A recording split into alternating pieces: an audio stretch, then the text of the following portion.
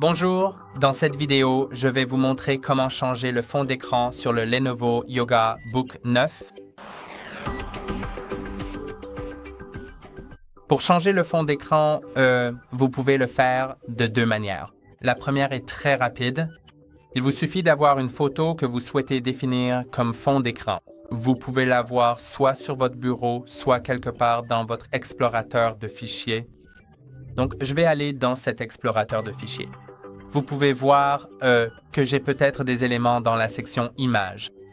Et si vous trouvez cette photo, appuyez longuement dessus ou faites un clic droit si vous utilisez un pavé tactile ou une souris et vous verrez définir comme arrière-plan du bureau et cela l'appliquera.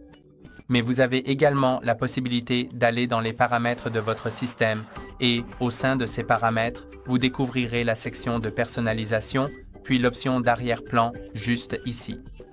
Vous pouvez personnaliser votre arrière-plan. Par défaut, il est réglé sur Windows Spotlight, donc il définira automatiquement une vue aléatoire comme arrière-plan ou bien vous pouvez choisir une image et sélectionner laquelle utiliser. Vous pouvez voir que mon fond d'écran a été personnalisé comme vous pouvez le constater ici.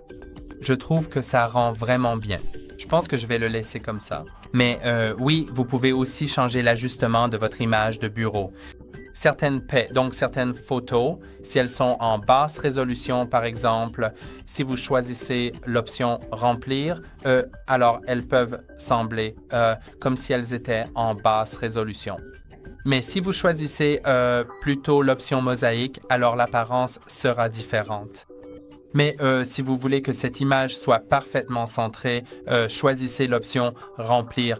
Si vous voulez que toute l'image apparaisse à l'écran lorsqu'elle n'est pas au format 16.9, alors vous pouvez choisir l'option Ajuster et cela signifie que la taille de l'image ou le haut et le bas seront peut-être d'une certaine couleur que vous aurez choisie, donc l'image sera en quelque sorte encadrée.